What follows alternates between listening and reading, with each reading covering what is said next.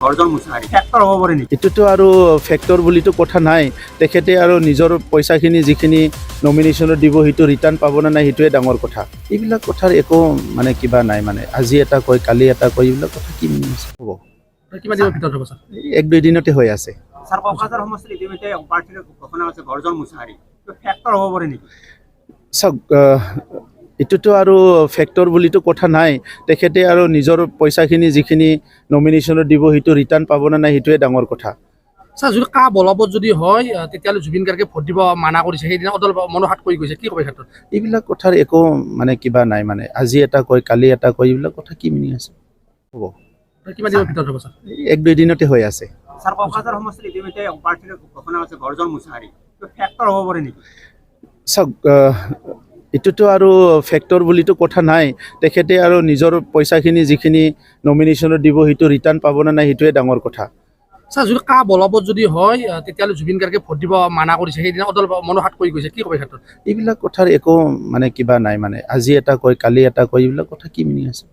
मोनसे फोसावथाय 2024 निफ्राय 2025 मायथाइनि ड्रीम किन्डारगार्टेन प्रि स्कुल काम क्रिट सेन्टारनि मुं थिसननाय हाबाफारिया सोलिगासिनो दङ।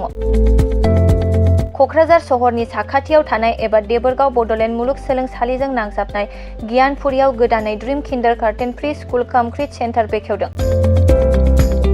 जायफोर बिमा बिफाफोरा सानसे थोलो गाव गावनि उन्दै गथ'फोरखौ नोजोर खालामस्लाबनो हाया एबा साख्रि बाख्रिफोराव बेस्थ' जानानै थायो बैसोर बिमा बिफाफोरा गावनि उन्दै गथ'फोरखौ गियान होनायजों लोगोसे 2 बोसोरनिफ्राय 5 बोसोरनि गथ'फोरखौ बे ड्रीम किन्डारगार्टेन प्रि स्कुल काम क्रिट सेन्टाराव सोलोंथाइ होनो हागोन।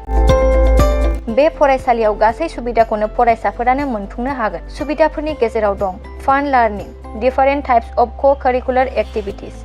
Age appropriate curriculum, sensory experience, बेनि अनगायैबो holistic development, safe and free learning environment, daily weekly activity record, nature corner, live CCTV security, emergency fire safety as well medical kit, air conditioning facility before सुबिदाफोरखौ गासै फरायसाफोरानो मोननो हागोन। बेनि अनगायैबो नोंथाङा गोबां बाथ्रा मिथिनो थाखाय नैबे 8638454887 एबा 9101156459 जानबुं नाम्बाराव फन खालामनानैबो खौरां लाहरनो हागोन।